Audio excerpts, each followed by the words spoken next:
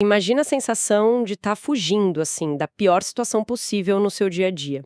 A respiração ofegante, o coração batendo na garganta. Aquele medo tomando conta de cada pensamento racional, né? Exato. E, de repente, essa fuga leva a uma porta comum instalada no muro de pedra que, tipo, sempre esteve trancado. Uhum. Num ato de puro desespero, a maçaneta é girada e a porta se abre. Mas em vez de revelar uma rua monótona, um terreno baldio cinzento, o que aparece do outro lado é um abismo ensolarado. Uma quebra total de expectativa. Nossa, sim! A luz do sol é tão intensa que parece queimar as retinas, a grama tem uma maciez surreal e tem pássaros gigantes de cores féricas cantando melodias que, olha, só poderiam ser descritas como vanguarda pura. É um contraste absurdo. Muito! E aí eu fico pensando como o cérebro humano consegue processar esse nível de absurdo, sabe? Essa quebra completa da realidade sem simplesmente entrar em colapso. Essa é a grande questão. Exatamente essa dinâmica que a gente vai dissecar no nosso mergulho profundo de hoje. O nosso material de base inclui trechos originais dos capítulos iniciais do livro A Cadeira de Prata, do C.S. Lewis. Além de, claro, anotações bem densas de análise literária e recortes de psicologia comportamental aplicados à narrativa. Isso. A missão dessa nossa análise hoje é desvendar os mecanismos psicológicos e emocionais que operam nessa transição brutal. Essa passagem de um mundo real e opressivo para um universo mágico totalmente desconhecido. Perfeito. A gente quer entender, para quem nos acompanha, não apenas as reações ao choque cultural, mas os mecanismos exatos que permitem a superação daquele pânico paralisante. Bom, essa é uma premissa que vai muito além de uma simples troca de cenários numa história de fantasia. Estamos lidando com a desconstrução de um paradigma cognitivo. Com certeza. O texto detalha a fuga de dois personagens, a Jill Poe e o Eustáquio Mísero, que tentam escapar de um microcosmo cruel e violento para subitamente serem arremessados num espaço de liberdade absoluta. Só que essa liberdade tem um preço, né? Sim, cobra um pedágio psicológico altíssimo. A mente sempre resiste àquilo que ela não consegue mapear. E para entender o peso dessa transição toda, a gente precisa primeiro mapear o ponto de partida. Tudo começa no que o livro chama de colégio experimental. Um ambiente bem peculiar. Demais. O cenário descrito é super claustrofóbico. Tipo um dia tristônio de outono, na Inglaterra, céu de chumbo, uma umidade penetrante. E a gente encontra Jill chorando escondida atrás do ginásio de esportes. E o motivo não é nada trivial. Nem um pouco. Ela é alvo de um grupo de alunos que o livro rotula como a Turma da Pesada, que é essencialmente uma gangue de valentões operando impunemente ali. Uhum. O que torna o cenário brilhante e ao mesmo tempo revoltante é que a impunidade tem todo um verniz acadêmico.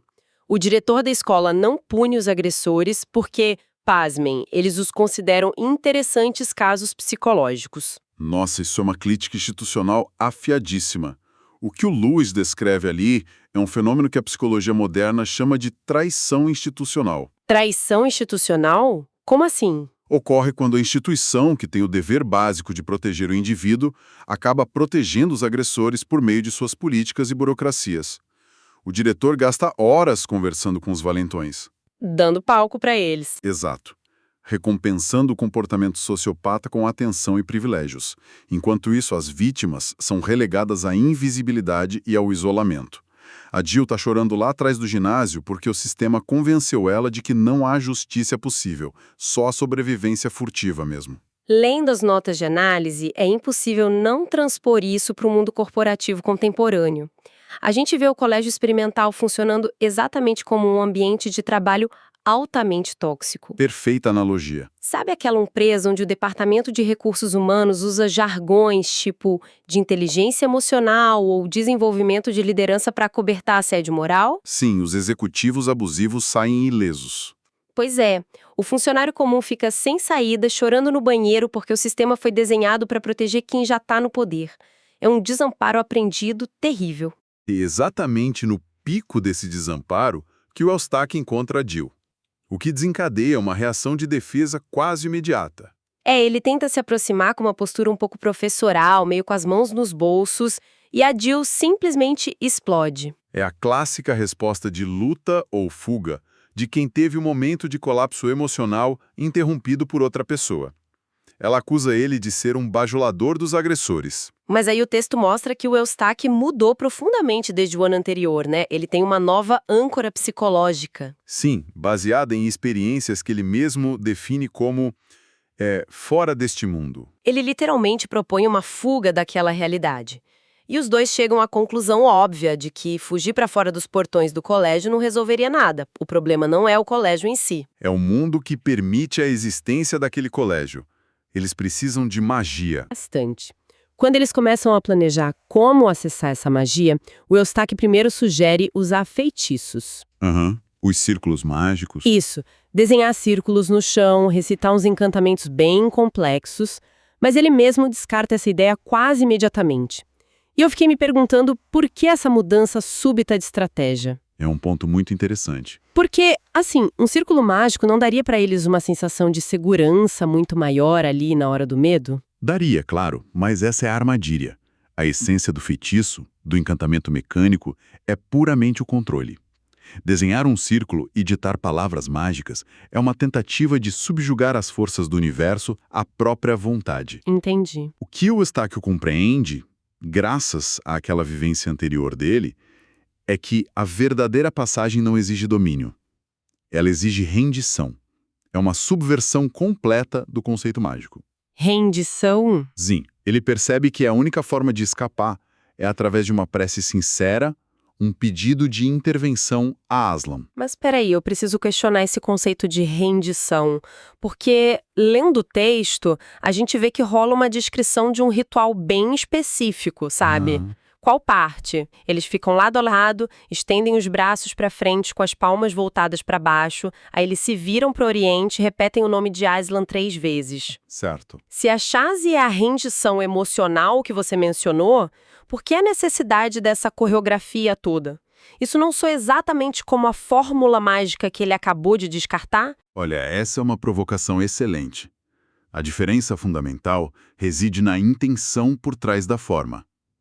O feitiço exige a coreografia para aprisionar um poder. Tá. Já a prece, nesse contexto, usa a postura física como uma manifestação externa da submissão interna.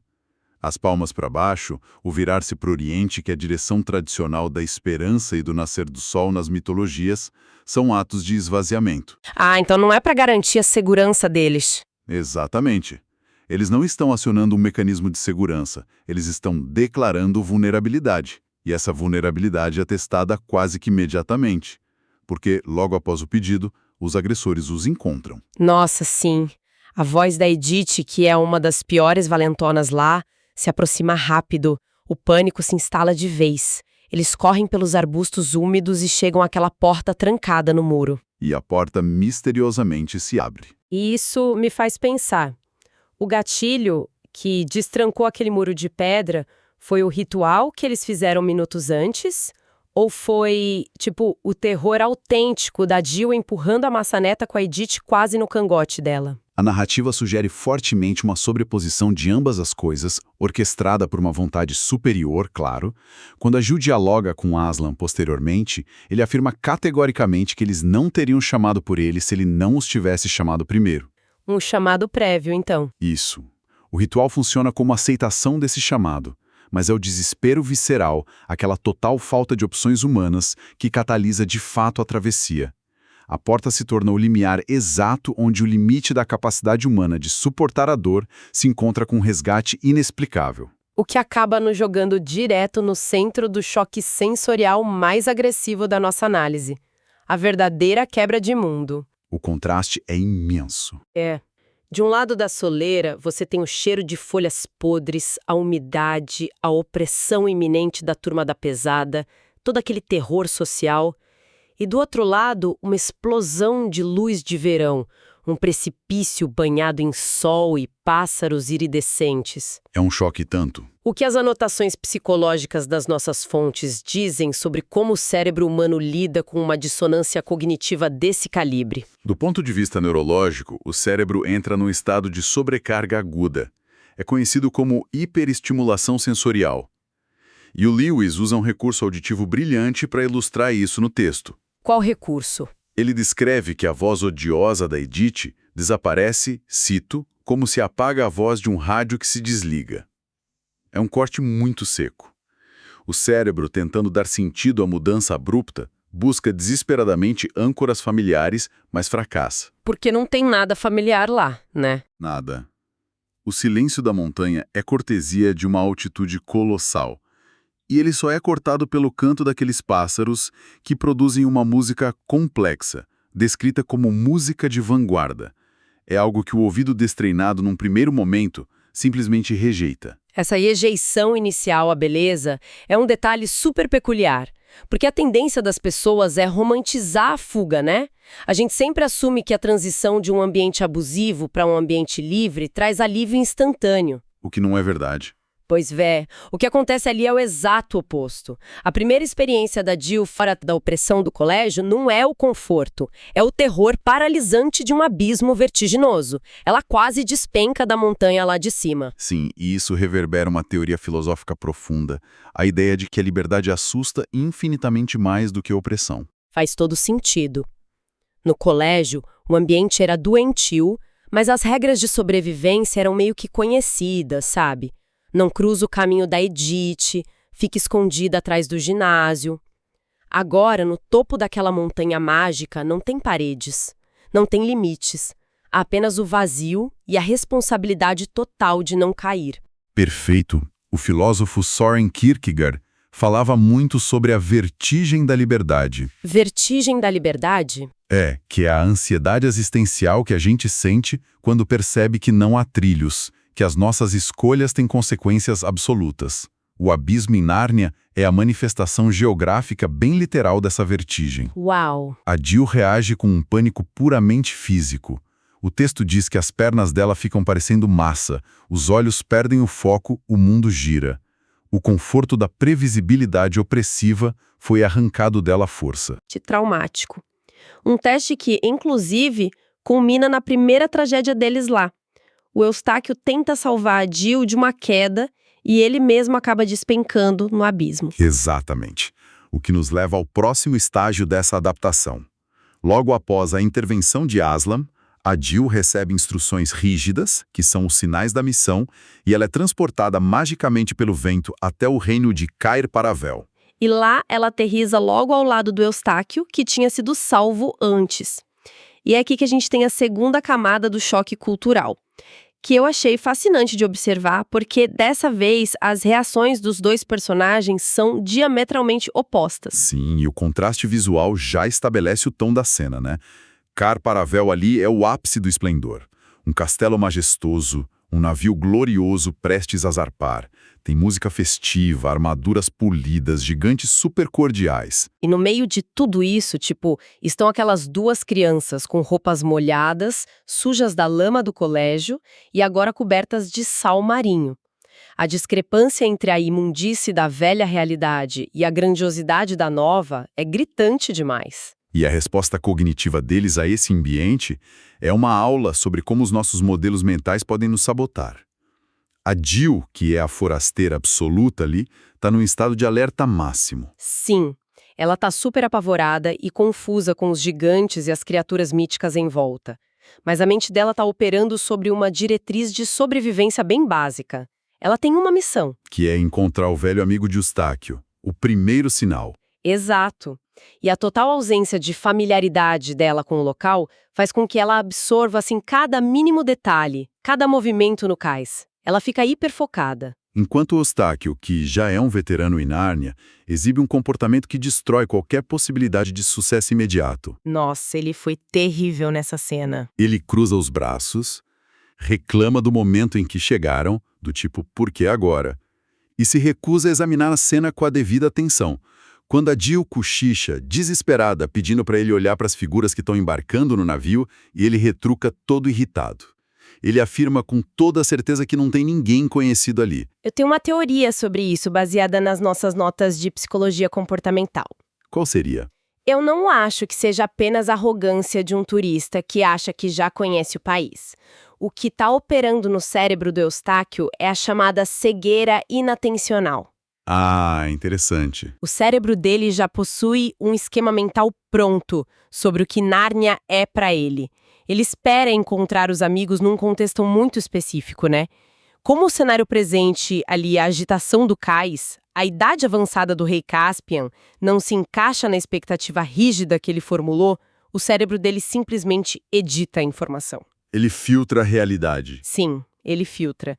Ele olha diretamente para o rei que ele precisava encontrar, mas a arrogância da experiência passada impede que ele enxergue a verdade. Olha, sua teoria se encaixa perfeitamente com os dados comportamentais. É o paradoxo do especialista, né? A familiaridade prévia cria pontos cegos terríveis na gente.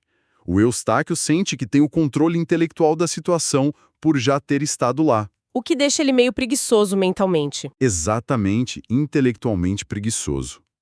A Jill, por outro lado, como não tem esquemas prévios de Nárnia, está operando com um cérebro plástico e vulnerável. Ela está hipervigilante. E a vulnerabilidade dela que permite enxergar a urgência da missão. E a falsa segurança de Eustáquio faz eles perderem o primeiro e mais crucial sinal de Asnum logo de cara. É uma falha catastrófica. Mas, sabe, apesar dessa falha inicial pesada causada pela arrogância de um lado e o pânico do outro, o texto é muito claro em mostrar que esse choque cultural não paralisou eles para sempre. Não, de forma alguma. Existe uma evolução ali da agência deles. Eles começam a superar o medo. E analisar os exemplos dessa superação é essencial para a gente extrair a lógica central desse nosso mergulho. Concordo. A superação do medo nesse contexto específico do Lewis não segue aquela cartilha dos heróis destemidos das fábulas tradicionais. Os atos de coragem aqui são fragmentados, são cheios de hesitação e de uma fragilidade muito, muito realista. O primeiro exemplo de superação, surpreendentemente, acontece antes mesmo da travessia mágica, que é quando a Jill decide acreditar na história aparentemente louca do Eustáquio sobre outros mundos. Eu concordo que exige coragem, mas a gente precisa ponderar um pouco. Num ambiente tão tóxico como aquele colégio, acreditar no absurdo é um ato de coragem genuína? Ou é só um indicativo do quão desesperadora a situação de bullying se tornou para ela? É um ponto válido. Porque vamos combinar, o medo do ridículo social é uma das forças mais potentes na adolescência. Se pegassem ela falando sobre leões mágicos e outros mundos, a destruição moral dela seria impiedosa. Passar o desconhecido, arriscando o pouco de capital social que ainda resta para ela, exige uma quebra forte do instinto de autopreservação imediata. Faz sentido. E isso, no fim das contas, pavimenta o caminho para o segundo grande momento de enfrentamento, que é o que ocorre bem na beira daquele precipício infernal em Nárnia. Ah, e sobre esse momento no precipício, as fontes apontam algo super curioso sobre a Jill. Ela fica lá com as pernas trêmulas, completamente dominada pela vertigem da altura, e inicialmente ela se recusa a dar um passo para trás, não por alguma nobreza de caráter. É pelo orgulho. Exato. Pelo puro orgulho de não querer que o Eustáquio araste que ela é uma covarde. É só depois que ela tem meio que um estalo mental e percebe que a opinião dele é irrelevante, mantendo-se firme no lugar apesar daquela vontade enorme de desmoronar. É uma virada interessante. A minha questão para você é: usar o orgulho ferido como uma muleta para resistir ao pânico físico diminui o valor da coragem dela naquele momento? Pelo contrário, eu acho que humaniza o processo da coragem. A psicologia moral muitas vezes aponta que virtudes mais elevadas frequentemente começam com motivações menores e até mais egoístas. O famoso vai com medo mesmo. Sim, o instinto humano recorre ao que tem disponível ali na hora para não sucumbir. O orgulho foi só um andame temporário que impediu ela de fugir correndo, mas uma vez estabilizada, ela transcende esse orgulho e foca no propósito de se manter de pé. A grande lição ali é que a coragem não requer pureza de intenção no primeiro segundo. Só recusa em ceder ao recuo imediato. Exatamente. O que já prepara todo o terreno para o terceiro salto de superação dela, que acontece lá no castelo de Cair Paravel. Sim, que é quando, mesmo esmagada por aquela opulência toda, cercada por criaturas mágicas e intimidadoras, gigantes imensos, A atitude da Jill não é a de se encolher num canto. Ela faz o oposto. Ela ativamente agarra o braço do Eustáquio, sacode aquela letargia dele e exige que ele faça a varredura visual que a missão estava pedindo. Ela assume o comando da urgência ali. É uma postura de liderança sob estresse. Demais, e isso cristaliza um conceito muito poderoso para mim. A bravura ali não significa a evaporação do terror. A Jill está fisicamente apavorada o tempo todo. A coragem retratada é a decisão fria de continuar operando a máquina do corpo. Continuar tomando atitudes críticas, né? Sim, apesar daquele alarme ensurdecedor do medo na mente. O propósito maior, que é o compromisso que ela assumiu com a missão do Aslan, acaba se tornando a âncora que impede que ela seja arrastada pela correnteza do choque cultural. É bem por aí. A definição central de superação nesses primeiros capítulos é exatamente essa. É a manutenção da agência diante do absurdo total. Não existe uma anestesia mágica contra o terror de entrar num mundo novo. A força real está em conseguir tolerar a dissonância cognitiva tempo suficiente para conseguir ler os sinais que foram dados. A jornada inicial da Jill prova que a confusão e a vulnerabilidade não são fraquezas. Na verdade, quando elas são canalizadas por um senso de missão firme, elas acabam sendo as ferramentas de adaptação mais rápidas e eficientes que a mente humana possui. Incrível. Chegando à conclusão da nossa investigação analítica de hoje, o mosaico que essas fontes formam sobre essa transição de realidades é complexo e extremamente realista, sabe? Apesar de toda a roupagem fantástica. Muito realista. A gente viu que escapar de uma opressão sistêmica, como a traição institucional lá do colégio, exige muito mais do que apenas a mecânica da fuga correndo. Exige a vulnerabilidade da prece e o abandono total daquela ilusão de controle. Sem dúvidas. Vimos também que a verdadeira liberdade, que foi simbolizada por aquele abismo banhado de sol, pode provocar muito mais vertigem e pânico do que o ambiente hostil com o qual a gente já estava super acostumado. E, fundamentalmente, a gente explorou como esse choque cultural entre a miséria conhecida e o esplendor do mundo novo acaba expondo a cegueira da arrogância no Eustáquio e, claro, a força da hipervigilância na Jill. E a superação nunca se apresenta como a ausência do medo. Ela se apresenta como a teimosia de dar o próximo passo enquanto as pernas ainda estão tremendo. A genialidade do Lewis, que é super apoiada pelo que a psicologia nos revela hoje, é demonstrar que qualquer salto genuíno para uma nova realidade exige a desconstrução do indivíduo. A velha bagagem tem que ficar para trás. Exato. Seja a expectativa prepotente de já achar que sabe o que vai encontrar, seja o instinto de controlar as forças ao redor, tudo isso precisa ser descartado. O deslumbramento e o desconforto profundo são componentes inevitáveis de qualquer evolução pessoal. E isso nos deixa com um pensamento bem instigante para quem nos acompanha levado aqui hoje. É muito fácil olhar para o comportamento humano diante de grandes guinadas na vida real, sabe? Tipo uma mudança radical de carreira, o fim de um relacionamento longo ou a entrada num ambiente corporativo completamente estranho. E simplesmente julgar as hesitações. É o que a gente mais faz. Pois é. Mas focando naquele erro crucial do Eustáquio, que perdeu a primeira grande oportunidade porque achava que o seu conhecimento prévio já era suficiente, surge uma provocação essencial para a gente. Qual? Será que a familiaridade e as antigas vitórias que a gente acumula na vida não se tornam muitas vezes as cataratas invisíveis que nos impedem de enxergar o inusitado que está bem na nossa frente? Quando a porta no muro finalmente se abrir e aquele abismo enorme da liberdade se revelar de vez, qual será o obstáculo mais letal? A altura desconhecida do precipício ou a presunção silenciosa de achar que a gente não tem mais nada de novo a descobrir durante a queda? Fica aí a reflexão para vocês.